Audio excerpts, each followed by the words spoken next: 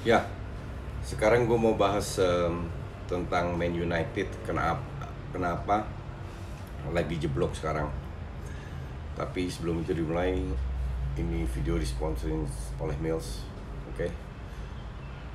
Follow Mills di Instagram, Mills Sports Adi. Banyak hadiah yang diberikan. Jadi gini, kita harus realistis.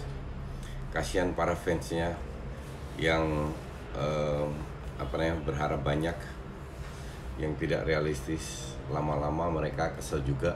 Kenapa tim kesayangannya amburadul. Tim amburadul itu kan tidak jatuh dari langit, tidak sekedar datang. Kita harus lihat, dan ini bukan masalah pemainnya aja, bukan masalah strategi, ini banyak faktor. Oke.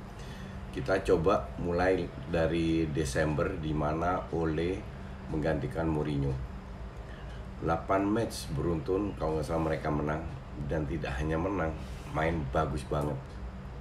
Sampai gue kan taruhan sama Pange, gue ngepet juga, anjrit, MU bisa nguber Arsenal yang masih terseok-seok gitu. Tapi karena ketinggalannya terlalu jauh, mereka stuck di ranking 6 aja. Tapi gue tidak melihat hanya kemenangan. Oke. Gue melihat begitu banyak atau begitu keren mainnya MU. Pergantian pemain, positioning, Pogba dan lain, semua bermain bagus. Gak bertahan, menyerang, mainnya udah top banget lah. Ini yang bikin mengerikan loh. Mainnya hebat banget. Oke. Gak lama kemudian, semenjak dia tanda tangan kontrak, semenjak dia tanda tangan kontrak, itu mulai menurun. Sampai gue masih inget 2 match terakhir di mana Arsenal juga kalah, ketemu ranking 19 sama 20, itu dapat 1 poin. Lawan Huddersfield nomor 20 kalah. Akhirnya mereka berada di bawah Arsenal, dan Pange kalah taruhan. Kenapa? Tim yang bermain bagus tiba-tiba jeblok.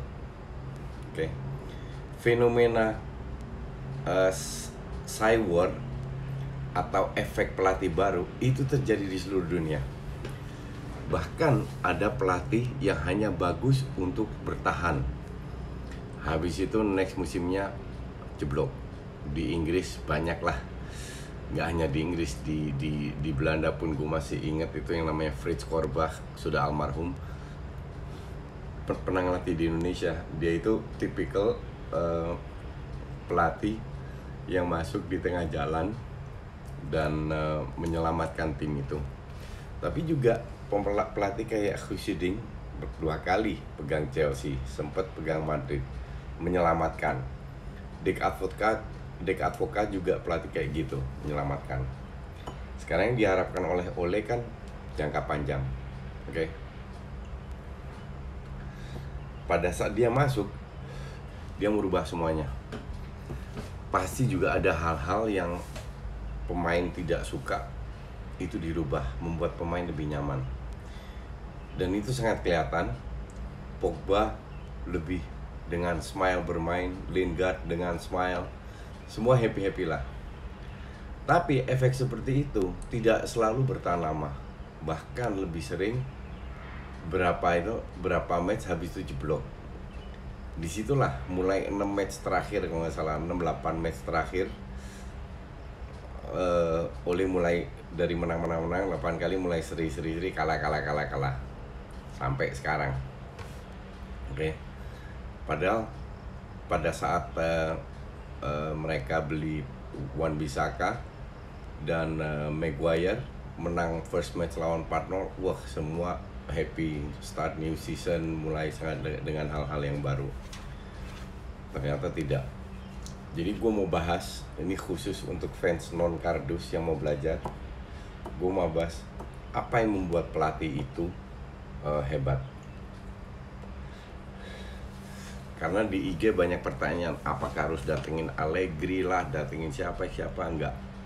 Kalau gue bilang, berkali-kali gue bilang, akan gue ulang lagi, pelatih hebat itu yang bisa memanfaatkan timnya. pada saat tim yang dia miliki di hari H, siapa yang cedera, siapa yang tidak bisa main, dia bekerja hanya dengan pemain yang sudah dia miliki. Oke? Dan itu pada saat latihan, dilatih. Gue selalu bilang kualitas pemain MU itu di atas Arsenal. Oke? Jadi kalau lihat Arsenal sekarang main, atau bahkan selevel sama Spurs, lihat Spurs main, itu jauh beda sama MU. Di luar menang kalah, yang untuk fans kardus penting, permainan MU itu enggak banget. Jangan salahkan Pereira, jangan salahkan Mata, jangan salahkan Daniel James. Kalau 1, 2, 3 pemain ngedrop, yang lain kan masih banyak. Ini 11 lawan 11 loh. Yang jadi masalah dengan MU, kok bisa begitu banyak pemain ngedrop? Bahkan mereka miliki banyak pemain bintang. Jadi kita pilah-pilah satu. Swagnya tim MU ini, kalau mereka beli pemain, itu pasti harganya mahal. Karena MU income-nya musim lalu itu di bawah Real Madrid, termasuk tim yang kaya. Jadi siapa yang di Uber itu pasti pemain mahal. Kedua, mereka nggak punya director football, technical director. Jadi yang beli seorang Ed Woodward yang piawai dari sisi bisnis, pasti dia dapat masukan, nggak mungkin dia beli pemain. Oke? Yang jadi masalah kan dia selalu melihat ini orang sellable atau tidak, baru dibeli dengan harga segitu. MU yang minta langsung meroket 80.000. Kalau itu pelatihnya Soriano, direktur of footballnya Ciki Begiristain, nggak bakal Maguire dibeli. Bukan Bisaka mungkin, tapi Maguire tidak akan. Oke, jadi lo harus punya direktur of football yang ngerti. Kedua, lo harus punya pelatih yang punya leadership. Lo kalau lihat Ole nggak pernah marah, too sweet, terlalu baik, terlalu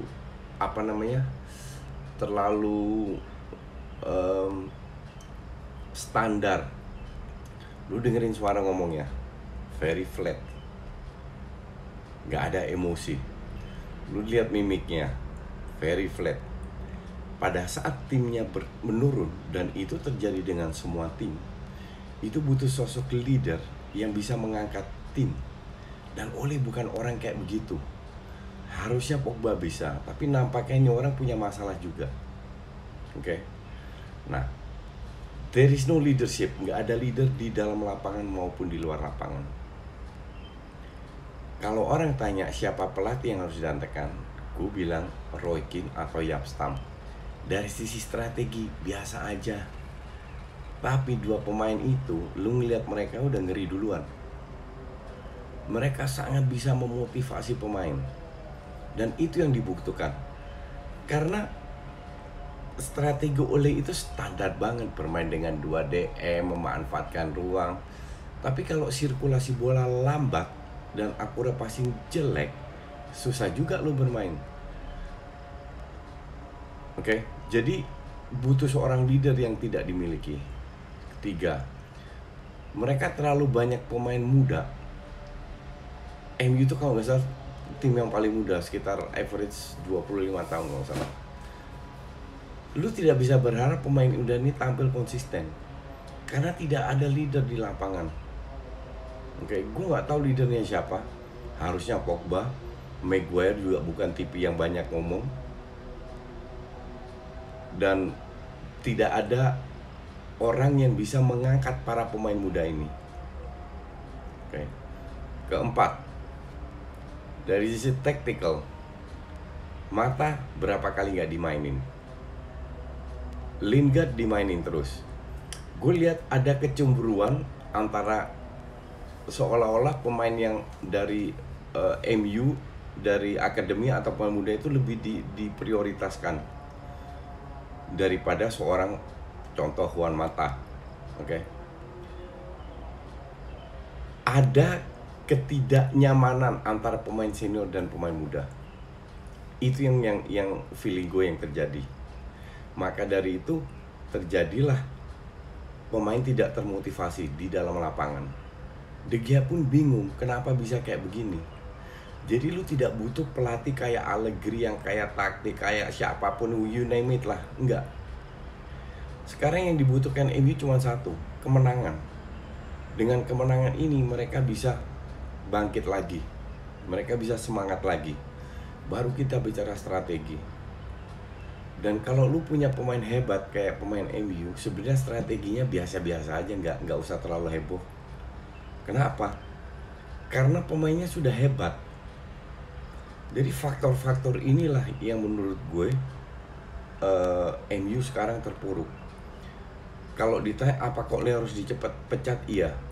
Gue pengen, jujur ya, pengen MU balik lagi.